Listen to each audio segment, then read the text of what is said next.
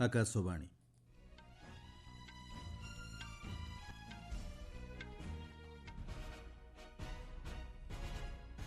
ସମ୍ବାଦ ପଢୁଛନ୍ତି ସତ୍ୟବ୍ରତ ବେହୁରା। 19ତମ G20 ଶିଖର ସମ୍ମିଳନୀ ଅବସରରେ ବିଭିନ୍ନ ଦେଶର ନେତାଙ୍କ ସହ ପାରସ୍ପରିକ ସମ୍ପର୍କ ଦୃଢ଼ କରିବା ନେଇ ଆଲୋଚନା କଲେ ପ୍ରଧାନମନ୍ତ୍ରୀ ନରେନ୍ଦ୍ର ମୋଦି। ଝାଡ଼ଖଣ୍ଡ ଓ ମହାରାଷ୍ଟ୍ର ବିଧାନସଭା ନିର୍ବାଚନ ନିମନ୍ତେ ଆସନ୍ତାକାଲି ହେବାକୁ ଥିବା ଭୋଟ ଗ୍ରହଣ ପାଇଁ ପ୍ରସ୍ତୁତି ଚୂଡ଼ାନ୍ତ। ନିଯୁକ୍ତି କ୍ଷେତ୍ରରେ ଅନିୟମିତତା ନେଇ ଛତିଶଗଡ଼ ଲୋକସେବା ଆୟୋଗର ପୂର୍ବତନ ଅଧ୍ୟକ୍ଷ ଗିରଫ। ଦେଶର ନିୟନ୍ତ୍ରକ ଏବଂ ମହାଲେଖା ପରୀକ୍ଷକ ଭାବେ କେ ସଞ୍ଜୟ ମୂର୍ତ୍ତି ନିଯୁକ୍ତ ଏବଂ ଭାରତର ଯୋଗାପୂର୍ତ୍ତି ମହିଳା 18 ବର୍ଷରୁ କମ୍ ସ୍ପିଡ୍ କ୍ଲାଇମ୍ବିଂ ପ୍ରତିଯୋଗିତାରେ ଜିତିଲେ ରୌପ୍ୟ ପଦକ।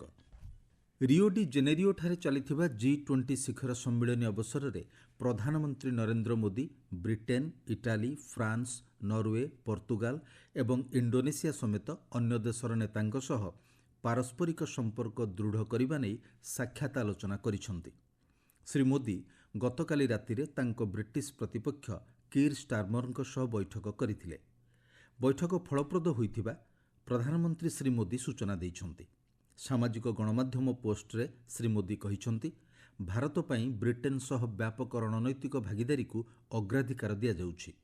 ଆଗାମୀ ବର୍ଷଗୁଡ଼ିକରେ ଉଭୟ ଦେଶ ଶକ୍ତି, ନିରାପତ୍ତା, ଉଦ୍ଭାବନ ଏବଂ ପ୍ରଯୁକ୍ତି ବିଦ୍ୟା କ୍ଷେତ୍ରରେ ଘନିଷ୍ଠ ଭାବେ କାର୍ଯ୍ୟ କରିବେ ବୋଲି ସେ କହିଛନ୍ତି।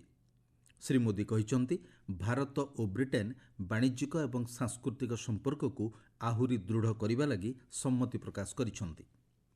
ପ୍ରଧାନମନ୍ତ୍ରୀ ନରେନ୍ଦ୍ର ମୋଦି ପ୍ୟାରିସ୍ ଅଲିମ୍ପିକ୍ସ ଏବଂ ପାରା ଅଲିମ୍ପିକ୍ସର ସଫଳ ଆୟୋଜନ ନିମନ୍ତେ ଫ୍ରାନ୍ସ ରାଷ୍ଟ୍ରପତି ଇମାନୁଏଲ ମାକ୍ରନ୍ଙ୍କୁ ପ୍ରଶଂସା କରିଛନ୍ତି। ଉଭୟ ଭାରତ ଓ ଫ୍ରାନ୍ସ ମହାକାଶ, ଶକ୍ତି, କୃତ୍ରିମ ବୁଦ୍ଧିମତ୍ତା ଏବଂ ଅନ୍ୟାନ୍ୟ କ୍ଷେତ୍ରରେ ଯେଭଳି ଘନିଷ୍ଠ ଭାବେ କାର୍ଯ୍ୟ କରିବେ ସେ ନେଇ ଆଲୋଚନା ହୋଇଛି। ପ୍ରଧାନମନ୍ତ୍ରୀ ଶ୍ରୀ ମୋଦି କହିଛନ୍ତି, ଭାରତ ଓ ଫ୍ରାନ୍ସ ଉଭୟ ଦେଶର ନାଗରିକଙ୍କ ମଧ୍ୟରେ ସମ୍ପର୍କ ଆହୁରି ଦୃଢ଼ କରିବା ଲାଗି କାର୍ଯ୍ୟ କରିବେ ବୋଲି ଆଗ୍ରହ ପ୍ରକାଶ କରିଛନ୍ତି। ଶ୍ରୀ ମୋଦି ଓ ତାଙ୍କ ଇଟାଲୀ ପ୍ରତିପକ୍ଷ ଜର୍ଜିଆ ମେଲୋନି ଦ୍ୱିପାକ୍ଷିକ ବୈଠକରେ ପ୍ରତିରକ୍ଷା, ନିରାପତ୍ତା, ବାଣିଜ୍ୟ ଏବଂ ପ୍ରଯୁକ୍ତିବିଦ୍ୟା କ୍ଷେତ୍ରରେ ସମ୍ପର୍କକୁ ଆହୁରି ଦୃଢ଼ କରିବା ଲାଗି ଆଲୋଚନା କରିଛନ୍ତି। ଶ୍ରୀ ମୋଦି ସାମାଜିକ ଗଣମାଧ୍ୟମ ପୋଷ୍ଟରେ ସୂଚନା ଦେଇଛନ୍ତି, ଉଭୟ ଦେଶ ମଧ୍ୟରେ ସଂସ୍କୃତି, ଶିକ୍ଷା ଏବଂ ଅନ୍ୟାନ୍ୟ କ୍ଷେତ୍ରରେ ସହଯୋଗ ବୃଦ୍ଧି ଉପରେ ଗୁରୁତ୍ୱ ଦିଆଯାଇଛି। ସେ କହିଛନ୍ତି, ଭାରତ ଓ ଇଟାଲୀର ବନ୍ଧୁତା ଏକ ଉନ୍ନତ ବିଶ୍ୱ ଗଠନରେ ସହାୟକ ହୋଇପାରିବ। ଆଲୋଚନା ସମୟରେ ଉଭୟ ନେତା 2025ରୁ 2029 ପର୍ଯ୍ୟନ୍ତ ପ୍ରସ୍ତାବିତ ମିଳିତ ରଣନୈତିକ କାର୍ଯ୍ୟ ଖସଡ଼ାକୁ ସ୍ୱାଗତ କରିଛନ୍ତି। ଏହା ଉଭୟ ଦେଶ ମଧ୍ୟରେ ଦ୍ୱିପାକ୍ଷିକ ସମ୍ପର୍କକୁ ଆହୁରି ପ୍ରୋତ୍ସାହିତ କରିବ ବୋଲି କୁହାଯାଇଛି।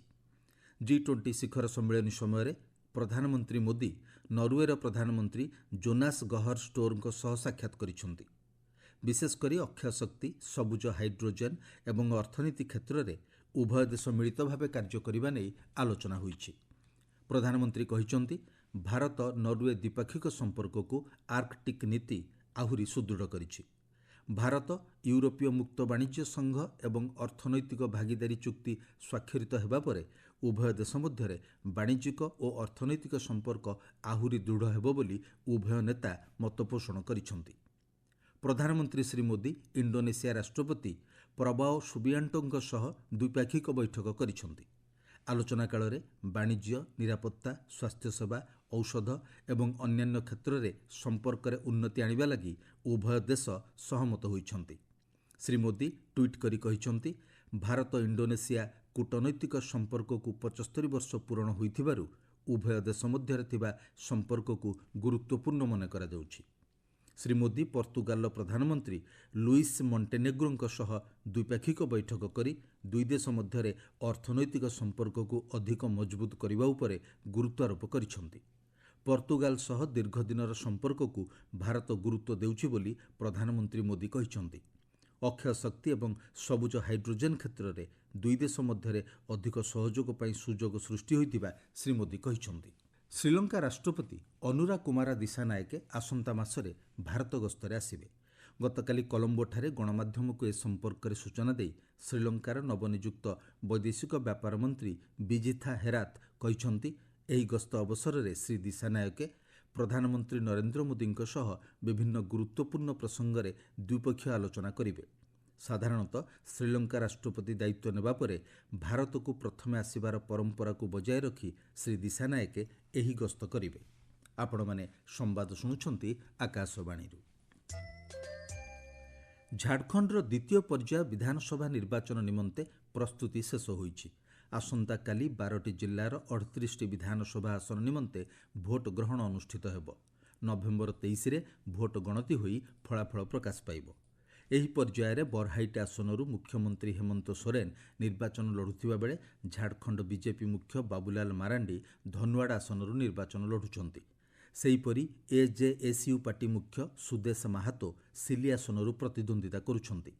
ମୁଖ୍ୟମନ୍ତ୍ରୀ ହେମନ୍ତ ସୋରେନଙ୍କ ପତ୍ନୀ କଳ୍ପନା ସୋରେନ ଗନ୍ଦେ ଆସନରୁ ପ୍ରାର୍ଥୀ ହୋଇଥିବା ବେଳେ ମୁଖ୍ୟମନ୍ତ୍ରୀଙ୍କ ଭାଇ ବସନ୍ତ ସୋରେନ ଡୁମ୍କା ଆସନରୁ ପ୍ରାର୍ଥୀ ହୋଇଛନ୍ତି। ଏହି ପର୍ଯ୍ୟାୟ ନିର୍ବାଚନରେ 528 ଜଣ ପ୍ରାର୍ଥୀଙ୍କ ରାଜନୈତିକ ଭାଗ୍ୟ ନିର୍ଦ୍ଧାରଣ ହେବ। ସେମାନଙ୍କ ମଧ୍ୟରେ 52 ଜଣ ମହିଳା ପ୍ରାର୍ଥୀ ରହିଥିବା ଜଣାପଡ଼ିଛି। ପ୍ରାୟ 1,23 ଲକ୍ଷରୁ ଅଧିକ ମତଦାତା ଆସନ୍ତାକାଲି ସେମାନଙ୍କ ସାମ୍ବିଧାନିକ ଅଧିକାର ସାବ୍ୟସ୍ତ କରିବେ। 12ଟି ଯାକ ଜିଲ୍ଲାରେ ସୁରୁଖୁରୁରେ ଭୋଟ ଗ୍ରହଣ କରିବା ଲାଗି 14,218ଟି ମତଦାନ କେନ୍ଦ୍ର ସ୍ଥାପନ କରାଯାଇଛି। ସେଗୁଡ଼ିକ ମଧ୍ୟରୁ 7,000 ମତଦାନ କେନ୍ଦ୍ରକୁ ସମ୍ବେଦନଶୀଳ ଚିହ୍ନଟ କରାଯାଇଥିବାରୁ ସୁରକ୍ଷା ବ୍ୟବସ୍ଥା କଡ଼ାକଡ଼ି କରାଯାଇଛି। ଏହି ଦ୍ୱିତୀୟ ପର୍ଯ୍ୟାୟ ନିର୍ବାଚନ ପାଇଁ 600 କେନ୍ଦ୍ରୀୟ ପାରା ମିଲିଟାରୀ ଫୋର୍ସ ମୁତୟନ କରାଯାଉଥିବା ସୂଚନା ମିଳିଛି। ମହାରାଷ୍ଟ୍ର ବିଧାନସଭାର 288ଟି ଆସନ ନିମନ୍ତେ ଆସନ୍ତାକାଲି ଗୋଟିଏ ପର୍ଯ୍ୟାୟରେ ଭୋଟ ଗ୍ରହଣ ଅନୁଷ୍ଠିତ ହେବ। ଏଥିଲାଗି ସମସ୍ତ ପ୍ରସ୍ତୁତି ଚୂଡ଼ାନ୍ତ ପର୍ଯ୍ୟାୟରେ ପହଞ୍ଚିଛି। ଶାସକ ବିଜେପି ନେତୃତ୍ୱାଧୀନ ମହାୟୁତି ମେଣ୍ଟ କ୍ଷମତା ବଜାୟ ରଖିବା ପାଇଁ ପ୍ରତିଦ୍ୱନ୍ଦିତା କରୁଥିବା ବେଳେ ମହାବିକାଶ ଅଘାଡ଼ି ମେଣ୍ଟ ରାଜ୍ୟରେ ପୁଣି କ୍ଷମତାକୁ ଫେରିବା ଲାଗି ଉଦ୍ୟମ କରୁଛି। ଆସନ୍ତାକାଲି 4,136 ଜଣ ପ୍ରାର୍ଥୀଙ୍କ ରାଜନୈତିକ ଭାଗ୍ୟ ନିର୍ଣ୍ଣୟ ହେବ। ନିର୍ବାଚନରେ 2,086 ଜଣ ସ୍ୱାଧୀନ ପ୍ରାର୍ଥୀ ଅଛନ୍ତି। ବିଜେପି 149ଟି ଆସନରେ ପ୍ରାର୍ଥୀ ଦେଇଥିବା ବେଳେ ଶିବସେନା 81ଟି ଏବଂ ଅଜିତ ପାୱାର ନେତୃତ୍ୱାଧୀନ ଏନ୍ସିପି 59ଟି ଆସନରେ ପ୍ରତିଦ୍ୱନ୍ଦିତା କରୁଛି। ସେହିପରି କଂଗ୍ରେସ 101ଟି ଆସନରେ ପ୍ରାର୍ଥୀ ଦେଇଥିବା ବେଳେ ଶିବସେନା 95 ଓ ଶରଦ ପାୱାର ଏନ୍ସିପି 86ଟି ଆସନରେ ପ୍ରତିଦ୍ୱନ୍ଦିତା କରୁଛି। ବହୁଜନ ସମାଜ ପାର୍ଟି ଏବଂ ଏଆଇଏମ୍ଆଇଏମ୍ ମଧ୍ୟ ଏହି ନିର୍ବାଚନରେ ପ୍ରତିଦ୍ୱନ୍ଦିତା କରୁଛନ୍ତି। ବହୁଜନ ସମାଜବାଦୀ ପାର୍ଟି 237ଟି ଆସନରେ ପ୍ରାର୍ଥୀ ଦେଇଥିବା ବେଳେ ଏଆଇଏମ୍ଆଇଏମ୍ 17ଟି ଆସନରେ ପ୍ରାର୍ଥୀ ଦେଇଛି। ଆସନ୍ତା 23 ତାରିଖରେ ଭୋଟ ଗଣତି ହୋଇ ଫଳାଫଳ ପ୍ରକାଶ ପାଇବ ବୋଲି ଜଣାପଡ଼ିଛି। ଉତ୍ତରପ୍ରଦେଶ ବିଧାନସଭାର 9ଟି ଆସନ ଲାଗି ଆସନ୍ତାକାଲି ଉପନିର୍ବାଚନ ଅନୁଷ୍ଠିତ ହେବ। ଏଥିଲାଗି ପ୍ରସ୍ତୁତି ଶେଷ ହୋଇଛି। ଉପନିର୍ବାଚନ ହେବାକୁ ଥିବା ଆସନଗୁଡ଼ିକ ହେଉଛି ମିରାପୁର, କୁର୍ଦାକି, କାରାହାଲ, କାଟ୍ରେହି, ସୀମାସାଉ, ଗାଜିଆବାଦ, ଖାଇର, ମାଝୁଆ ଓ ଫୁଲପୁର। କେନ୍ଦ୍ରୀୟ ଯାଞ୍ଚ ବ୍ୟୁରୋ ସିବିଆଇ ଛତିଶଗଡ଼ର ରାଜ୍ୟ ଲୋକସେବା ଆୟୋଗର ପୂର୍ବତନ ଅଧ୍ୟକ୍ଷ ତମନ ସିଂ ସୋନୱାନିଙ୍କୁ ଗିରଫ କରିଛି। ସିଜିପିଏସ୍ସି ଚୟନ ମାମଲାରେ ହୋଇଥିବା ଅନିୟମିତତା ଅଭିଯୋଗରେ ସିବିଆଇ ତାଙ୍କୁ ଗିରଫ କରିଥିବା ଜଣାପଡ଼ିଛି। ଏଥିସହିତ ଏହି ଅନିୟମିତତାରେ ସାମିଲ ହୋଇଥିବା ନେଇ ଏକ ଘରୋଇ ଷ୍ଟିଲ୍ କମ୍ପାନୀର ନିର୍ଦ୍ଦେଶକକୁ ମଧ୍ୟ ସିବିଆଇ ଗିରଫ କରିଛି। ଛତିଶଗଡ଼ ଲୋକସେବା ଆୟୋଗର ପୂର୍ବତନ ଅଧ୍ୟକ୍ଷ ଶ୍ରୀ ସୋନୱାନି ନିଜ ସମ୍ପର୍କୀୟମାନଙ୍କୁ ନିଯୁକ୍ତି ଦେବା କ୍ଷେତ୍ରରେ ଅନିୟମିତତା କରିଥିବା ଅଭିଯୋଗ ହୋଇଥିଲା।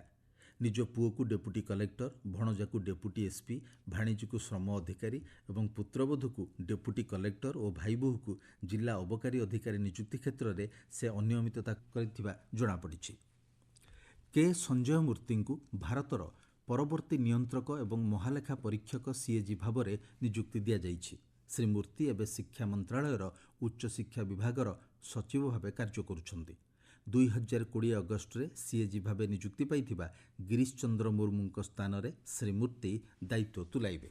ଆଇଏଫ୍ଏସ୍ସି ଯୁବ ଏସିଆନ୍ କ୍ଲାଇମ୍ବିଂ ଚାମ୍ପିୟନସିପ୍ରେ ଭାରତର ଯୋଗା ପୂର୍ତ୍ତି ମହିଳା 18 ବର୍ଷରୁ କମ୍ ସ୍ପିଡ୍ କ୍ଲାଇମ୍ବିଂ ପ୍ରତିଯୋଗିତାର ଫାଇନାଲରେ ରୌପ୍ୟ ପଦକ ହାସଲ କରିଛନ୍ତି। ଗତକାଲି ଜାମସେଦପୁରରେ ଅନୁଷ୍ଠିତ ଖେଳରେ ସେ 8.89 ସେକେଣ୍ଡରେ ଏହି ବିଜୟ ହାସଲ କରିଛନ୍ତି। ହାଇଦ୍ରାବାଦର ଗାଚିବୋଲି ଷ୍ଟାଡିୟମରେ ଭାରତ ମାଲେସିଆ ମଧ୍ୟରେ ଅନୁଷ୍ଠିତ ଫିଫା ଆନ୍ତର୍ଜାତିକ ବନ୍ଧୁତ୍ୱପୂର୍ଣ୍ଣ ଫୁଟବଲ ମ୍ୟାଚ୍ 1-1 ଗୋଲରେ ଡ୍ର ହୋଇଛି। ଭାରତର ବ୍ରାଣ୍ଡନ ଫର୍ଣ୍ଣାଣ୍ଡିଜ୍ ଶ୍ରେଷ୍ଠ ଖେଳାଳି ବିବେଚିତ ହୋଇଛନ୍ତି। ମୁଖ୍ୟ ସମ୍ବାଦ ପୁଣି ଥରେ। 19ତମ G20 ଶିଖର ସମ୍ମିଳନୀ ଅବସରରେ ବିଭିନ୍ନ ଦେଶର ନେତାଙ୍କ ସହ ପାରସ୍ପରିକ ସମ୍ପର୍କ ଦୃଢ଼ କରିବା ନେଇ ଆଲୋଚନା କଲେ ପ୍ରଧାନମନ୍ତ୍ରୀ। ଝାଡ଼ଖଣ୍ଡ ଓ ମହାରାଷ୍ଟ୍ର ବିଧାନସଭା ନିର୍ବାଚନ ନିମନ୍ତେ ଆସନ୍ତାକାଲି ହେବାକୁ ଥିବା ଭୋଟ ଗ୍ରହଣ ପାଇଁ ପ୍ରସ୍ତୁତି ଚୂଡ଼ାନ୍ତ ଏବଂ ଦେଶର ନିୟନ୍ତ୍ରକ ଓ ମହାଲେଖା ପରୀକ୍ଷକ ଭାବେ କେ ସଞ୍ଜୟ ମୂର୍ତ୍ତି ନିଯୁକ୍ତ। ସମ୍ବାଦ ଶେଷ ହେଲା।